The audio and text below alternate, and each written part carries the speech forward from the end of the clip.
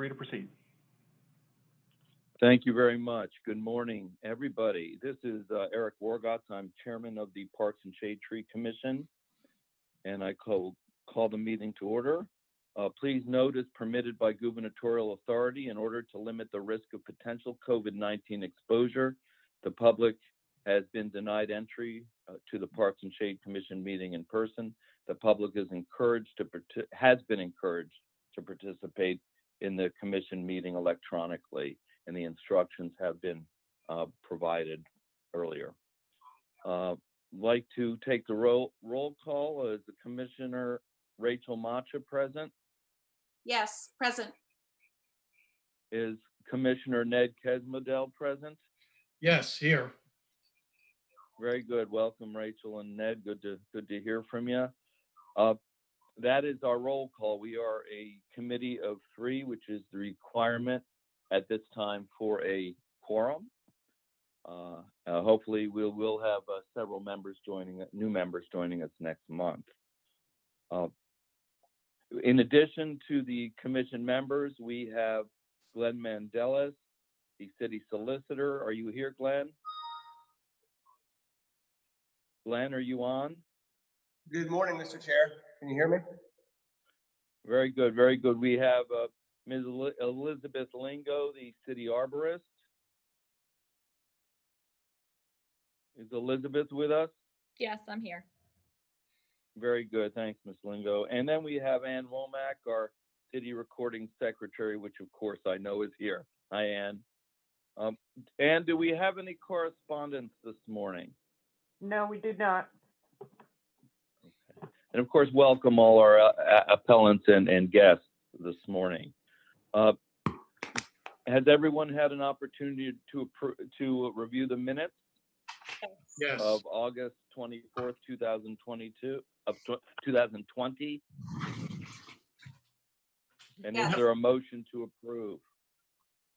I move to approve. I'll second it. Very good. It's unanimous. Thank you. Is there any old business at this, Ann, that you have listed, or members that you would like to make it known? Any old business? No, there is not. Very good. Let's move on to new business. The purpose of this meeting is to conduct an administrative appeal hearing pursuant to the Comprehensive Tree Ordinance, Chapter 253 of the Municipal Code of the City of Rehoboth Beach. Appeal hearing number 0820-02, requested by Marcus Richardson of Sposato Landscape, Inc., on behalf of Jeff Lee, owner of the property located at 807 King Charles Avenue, pursuant to Section 253-36 of the Municipal Code of the City of Rehoboth Beach, and pertains to a determination of an appeal for a fee in lieu of mitigation and or approval of proposed non-native tree plantings. They were public note. Have all the public notices been properly posted and individuals notified, Ms. Womack? Yes, they have. Thank you very much. So please proceed, Mr. Richardson. Sure. Hello. Good morning, everyone. Hello. Morning. We were, Mr. Lee, I believe, is also in attendance in this Good morning. portal meeting. Good morning. And he has a large loblolly pine tree in the southeast corner of his property that has been under great stress and tends to sway quite a bit during weather or strong weather events. And so he has requested that that tree be removed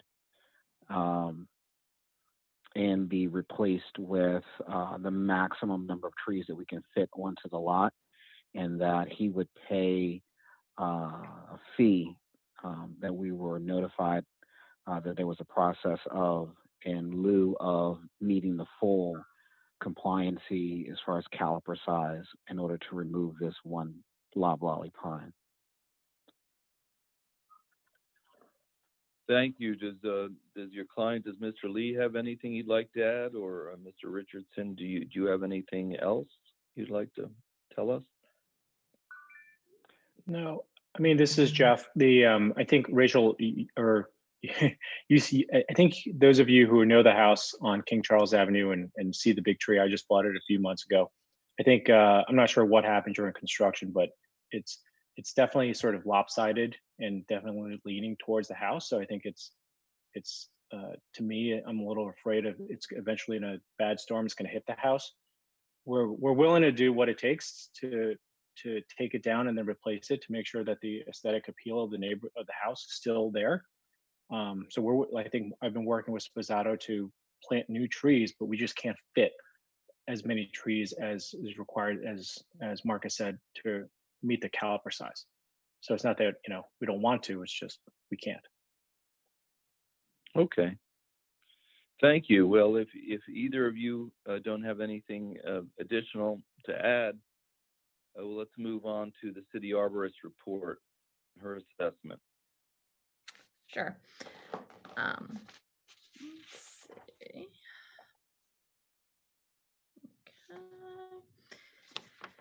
The following is the report of the city arborist with regard to the above referenced appeal, case 0820-02, that is to be heard before the commission on Monday, September 28th, 2020. A tree removal application requested the removal of a 26-inch caliper pine and an 8-inch caliper dogwood for a total of 34 inches of mitigation. There is 6 inches of mitigation from a previous permit related to the construction of a new home. The total required caliper inches is 34 inches plus 6 inches, or 40 inches in total.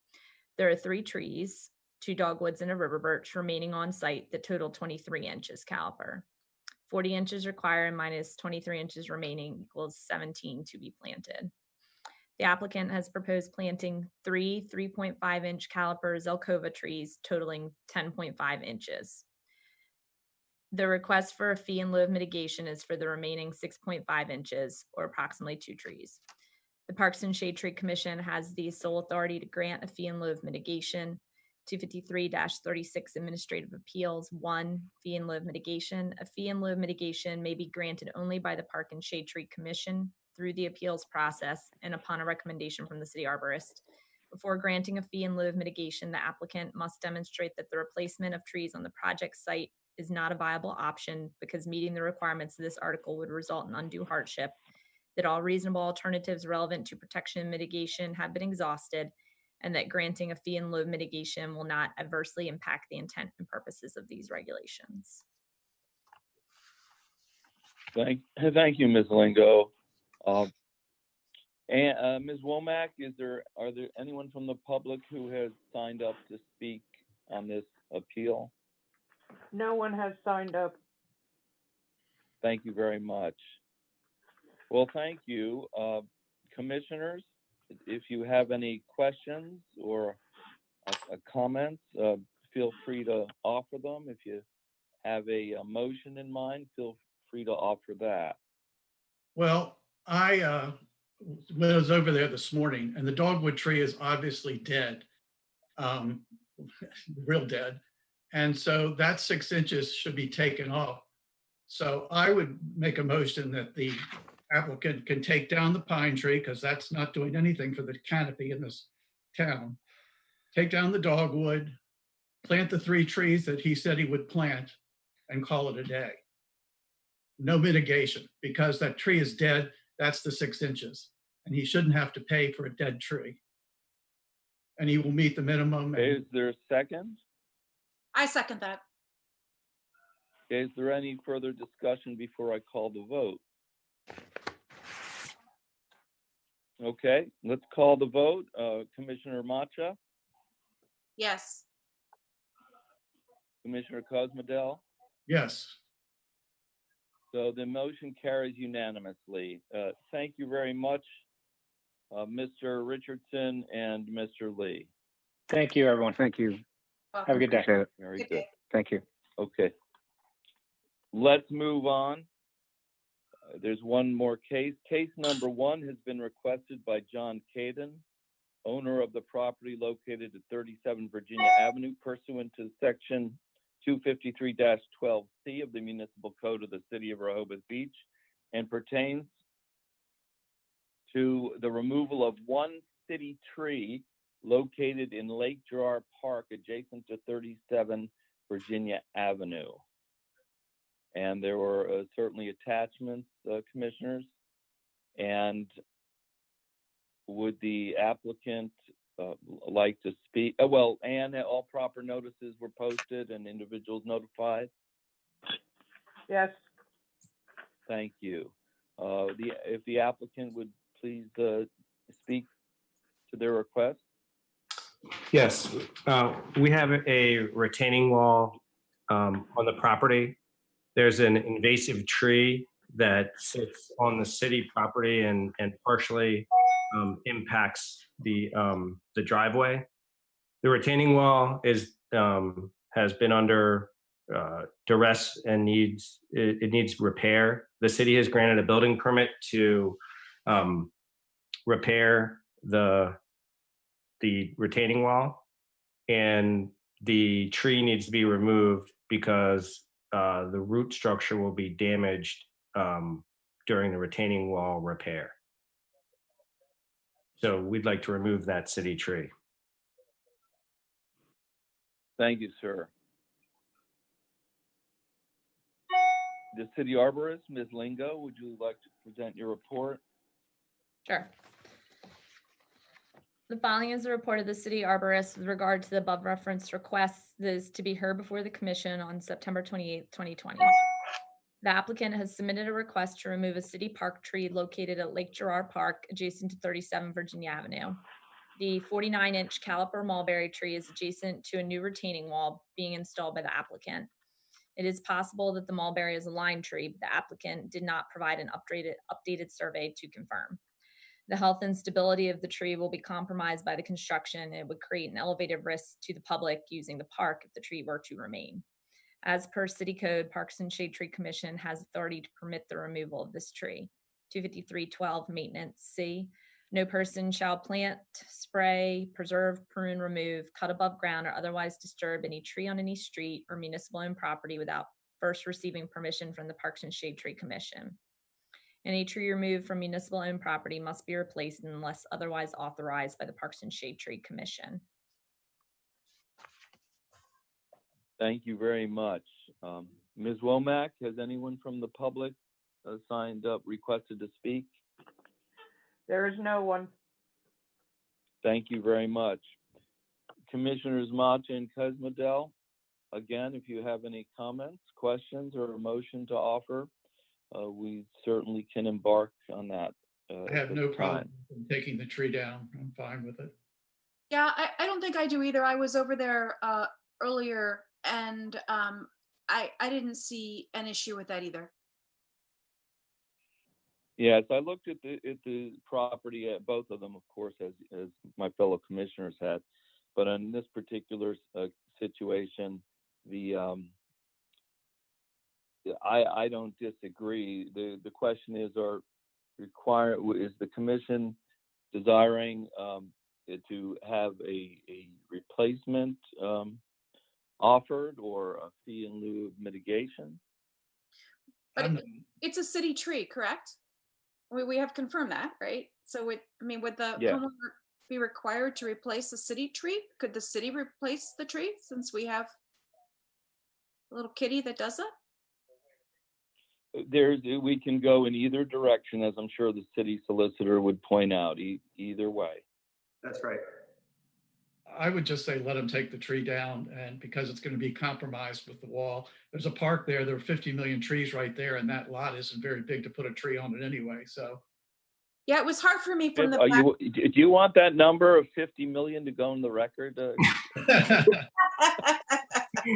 few of tens of trees. How's that? All right. Well, if one of you would like to offer a motion and see where it goes. Go ahead, Rachel. Yeah, my only thinking was obviously don't put the tree where the wall is gonna have a problem, but it is a park area. If it makes sense to have the city put another tree there, I would obviously yield to our arbiter to see what she would say. I'm sorry, I don't. Okay, well, But what was the actual question again? Liz, should we replace the tree in another part of the property, maybe more near the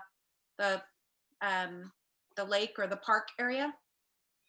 Is there? Should you, well, generally in this situation, in the past, the Parks and Shade Tree has required the applicant removing the tree to do so. We, as a city, we generally don't replace one at a time because the maintenance burden with 30 trees scattered across the city doesn't really make sense. So we tend to do them, 30 on Rehoboth Avenue or 15 in the park, that type of thing. So it's up to you guys if you want to require it or not. Well, that new tree ordinance is going to require, which is in effect, but I think it's $600. So we could say, yes, you can take it down and contribute $600 to the tree fund. well, Commissioner, the current fee, we don't know the status of any proposed changes to our, our regulations yet. The current fee we've charged, this fee in lieu, is $500 per tree. Okay, fine, 500 would be fine. Well, but Glenn, the fee in lieu is related to trees on private property in Article 2. Article 1 makes no mention of that. So I'm not sure if you had, Yeah, I'm actually looking not for done that. I'm actually looking for the city tree section now. Is there nothing in Article 2 about city trees? Is it not one word about it? No. But it gives the Park and Shade Tree Commission the authority over city trees in Article 1. Yes. It's not discuss a fee in lieu. So Yeah, and it just says everybody's required to replace them unless the commission says otherwise, but it makes no allowance for a fee in lieu on city land. Right. So I think the point that you're at now, members of the commission, is that you can either vote to allow the tree to be taken down or not taken down, and then leave it with the city arborist to, if you're not going to require the applicant to replace it, leave it with the city arborist to make a determination if another tree, fits with the city's planting policy at this time or at some later time. I like that. Ned, what do you think? Sure. I think we should make it simple, whatever it is. Okay, that's fine. So let's see if I can make that motion. Why don't I move to allow the homeowner to remove the city tree, but I would leave it with the arborist to determine if there is a city tree that we should have replaced at a different location that makes sense. And that would be at the city's expense, not at the applicant's. Correct, at the city expense, since it is a city tree, yes.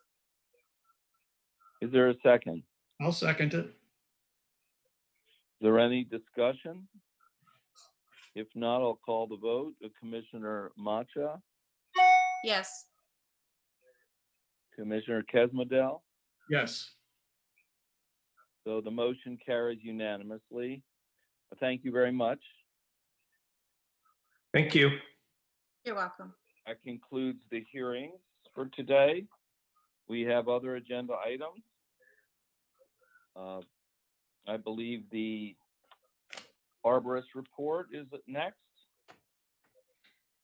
Sure. The only Under thing other I had, business? I'm sorry. No, under other business, the City Arborist Report.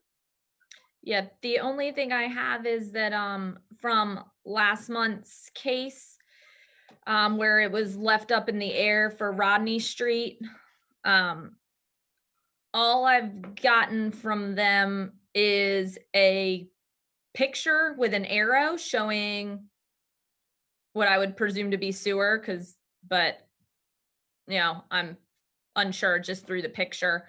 And no, we have no permit application to actually replace the line yet. So I'm not sure what they need to come back to Park and Shade, if they need anything, or what their next step is. So there wasn't a description, just an arrow on some document? A picture of the utility marking. But so there is an official, I'm sorry, there is a marking by the utility companies, electric and water sewer. No, it did not show the, it didn't show any other marking besides, the, sewer. Well, if, I'm not sure who handles it, Ms. Lingo or Ms. Womack, perhaps. But I think what the commission was looking for were to have the utilities come out and mark where their utilities go. So we need we need to see the electric utility needs to come out and mark the ground. And the water sewer authority needs to do the same for us to have an accurate visual of the effect of rerunning either of those or both of those, the effect it might have on that tree, the city tree. Okay, so so you want me to? Obviously we thought it was clear last time. Apparently it wasn't. We would like official utility markings, a picture or a drawing of official utility markings for electric and water and sewer from the house to the road, so that we can see its proximity, its potential effect on that tree if they were to remove either. So if I remember their appeal mentioned roots in the water and sewer and perhaps even tangling up some electric. Okay, so I'm assuming they had, when you call them as utility, they mark everything in the vicinity. Yeah. But the only picture provided to me was just the arrow on the road that I believe was the sewer. I believe it was green, but I can't remember. Oh, okay. Was that by the utility? I mean, unless they went out and spray painted green arrows on the road, it would have to be through the city who does the water and sewer markings. Well, Liz, did you check? Okay, so if Liz, look, this is I feel this is part of in your bailiwick in terms of the trees and the proximity to the utilities. Why don't we submit that with the agenda for next month, and we will take it up at that time and see if we can reach a reasonable discussion on the impact of what replacing that line might be on the tree, and whether the tree should stay or go, and whether there should be mitigation or not. Does that sound good, commissioners? Yes. Yeah, they usually mark it fairly clearly, because we've had it done in Florida, not here, but they mark it fairly clearly exactly where it runs.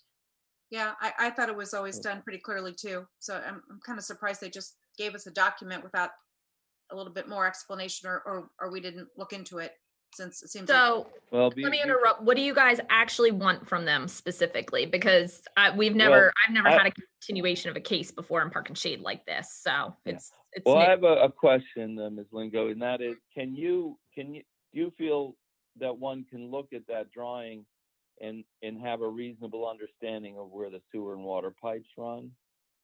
I mean, I think it's pretty obvious when you stand right out in the property where the sewer runs. The electric and the water, I don't remember looking for the water specifically or the electric, but this, okay. I mean, you can see where the sewer clean out is, and that usually goes straight out to the road.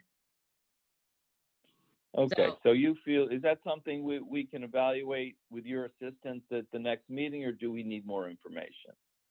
I'm not sure what information you need. That's why all I have is one picture sent to me when I was out of town, showing the green line heading towards the tree.